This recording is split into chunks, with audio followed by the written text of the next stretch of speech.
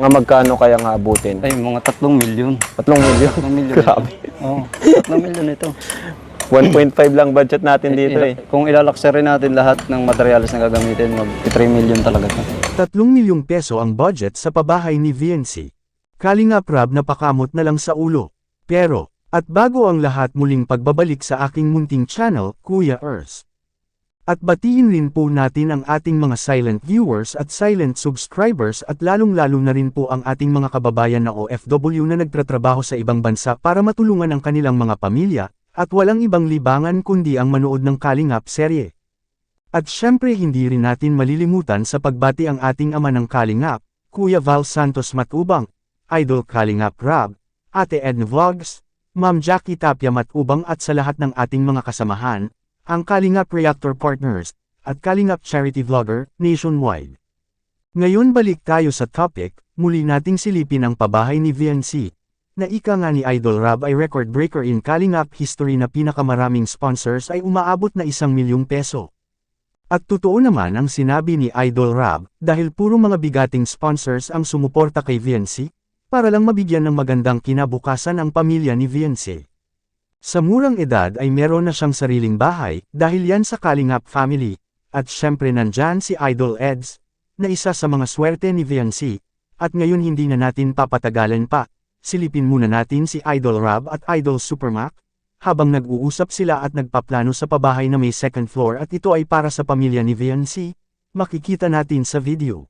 Ito mga Kalingap, mga butihing sponsors po namin. Ito po yung update natin. So, ang daming poste guys. 1, 2, 3. Grabe. Ang laki nito ano?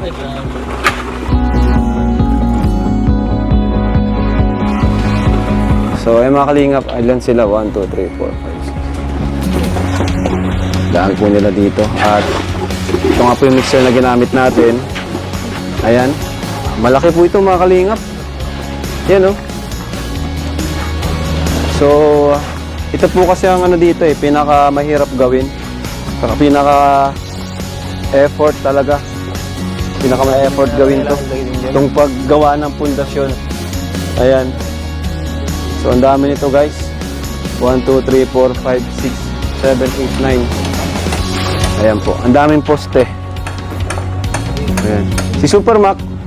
Supermac. Saan? Grabe. Mayroon kayong pagkain. Grabe pala. Kasi ano, so ayan, dito po si Supermac. Yan, shoutout po mga Kalingap. Grabe pala. Dahil palang poste nito, ano? Oo, bali siyam na poste ito. Grabe. Ganito pa lang talaga pag, ano, pag second floor, ano? Nagbo-boost pala kayo para sa poste. Oo. Ano, gaano kataas ito, insan? Ang elevation niyan halos nakangat lang ng isang patong diyan sa kabila. Yung flooring ng kabilang bahay. Grabe. Nakataas pa diyan ng isang hollow blocks. Grabe, ano? Laki nito. Malaki-laki talaga ito. Talagang Malaki din pala yung inano nyo, space. So, anong magiging ano nito? Saan yung, di ba mayroong siyang isang ano, parking? oh, Dito? yung pinaka-parking niya dito, no, yung gilid na yun. Yung Kasi gilid ito, dito.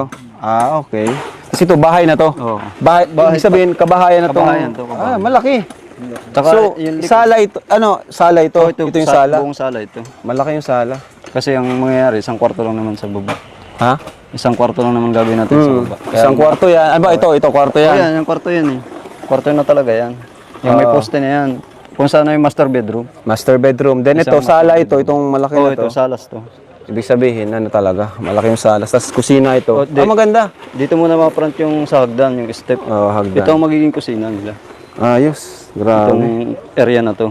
Yan ang magiging So dito pa lang insan sa Buhos, magkano na insan yung inabot natin? Di ba nag-order tayo nung una? Ang una order natin ay halos nasa nasa 100 plus. Ano yun eh, nasa 130k. Oo, yeah, 130k po Tapos, yung meron unang pa order natin. Siyempre, may bagong order na naman kayo. Bago na yan. 100 plus na naman siguro yun. Oo. So ganun mga Kalingap, kagastos po. Kasi second floor po kasi ito. Ano? Oh, tsaka talagang quality na yung mga bakal na ginamit ko dito. Ha? Tsaka yung mga bakal na ginamit ko talagang pang ano na yan. Heavy duty na. Kung saan. Pang heavy duty na. Saka ano talaga, ito talaga yung isa sa matrabaho dito, di ba? Oo, Itong yan. Pundasyon. Pundasyon. Yan talagang pinakamagastos sa lahat. Yung umpisa, pundasyon.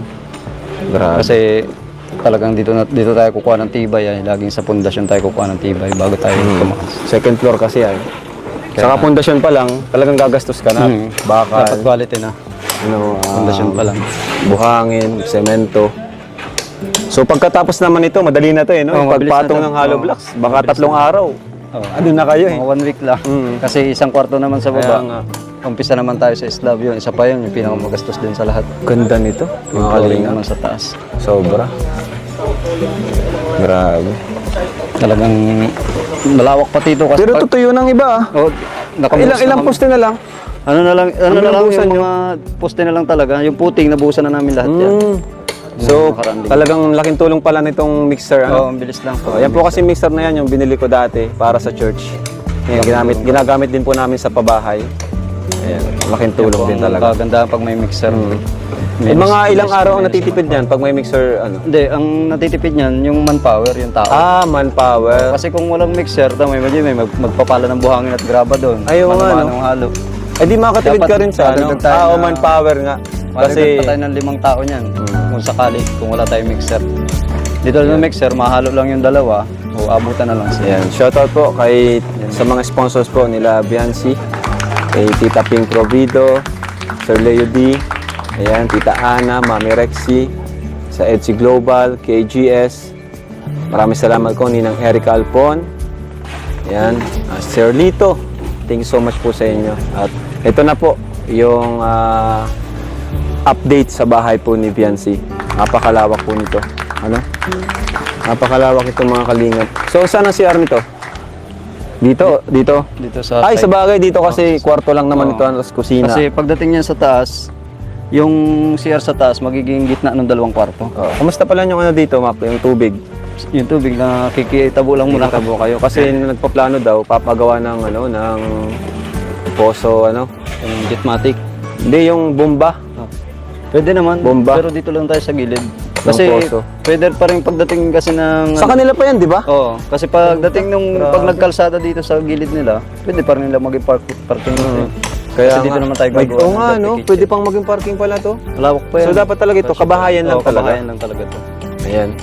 Pero dito Tapos, kasi- yung labas naman, may ano pa, lalagyan pa natin ng balkon yan. Oh, may balkon dito. Oo. Kasi may 2 poste pa yan. Tapos yung katabi naman. Siguro balkon natin, yung malaki, isang ganun, isang Oo, haba. isang haba. Para maganda.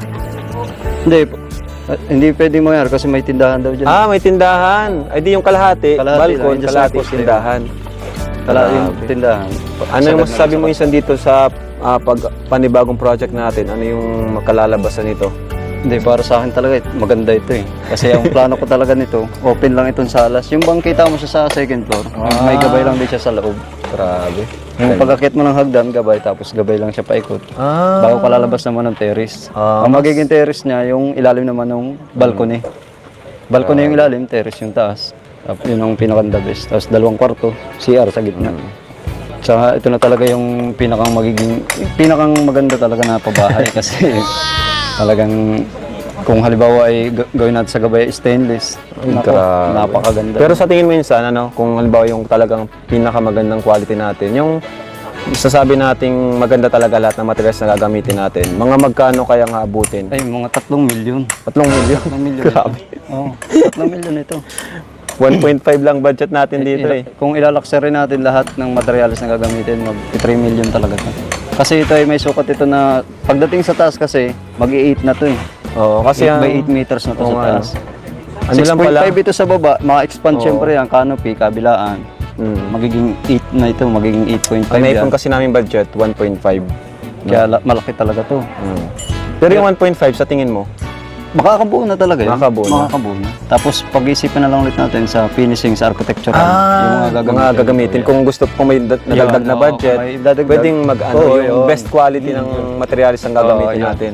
Kagaya sa kisame, Pero di ba? sa structural, buo ito. Buo ito. Mabubuo ito. Ayun. Kung saan, hollow blocks ang baba nito hanggang taas, pati yung CR, lahat naman. Flooring. Ayos. Pagdating naman doon sa finishing na, doon na tayo kung may budget na darating. Sa kisame sa labas. Doon natin pagagandahin. Kagaya ng kisame, Oo, yan. pwede natin pagandahin yung materials.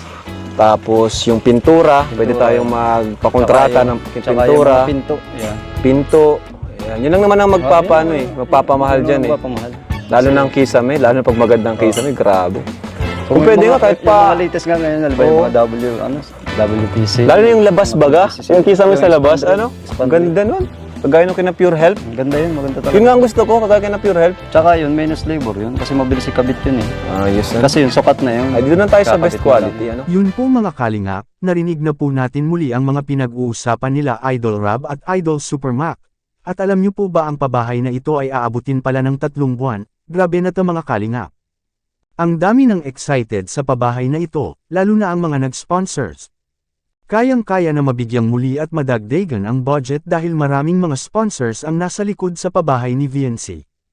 At mga mababait pa ito, wala nang hahanapin pa, ang gusto lang ng mga sponsors ay, huwag lang magbago si VNC at palagi itong magpakabait. At syempre gusto rin ng mga supporters na sila ni Hubby Edo ang magkakatuluyan. Posible nga magkatuluyan ang dalawa, dahil marami na tayong nakikita na mga vlogger ay nagkatuluyan sa personal, habang sila ay nagba-vlog. Ngayon mga kalingap ating ipagdasal ang mga sponsors ni VNC na mabuti ang kanilang kalusugan at marami pang mga blessings ang darating sa kanilang buhay. At hanggang dito lang po muna, ang ating kalingap Kuya Ers latest update ngayong araw mga kalingap.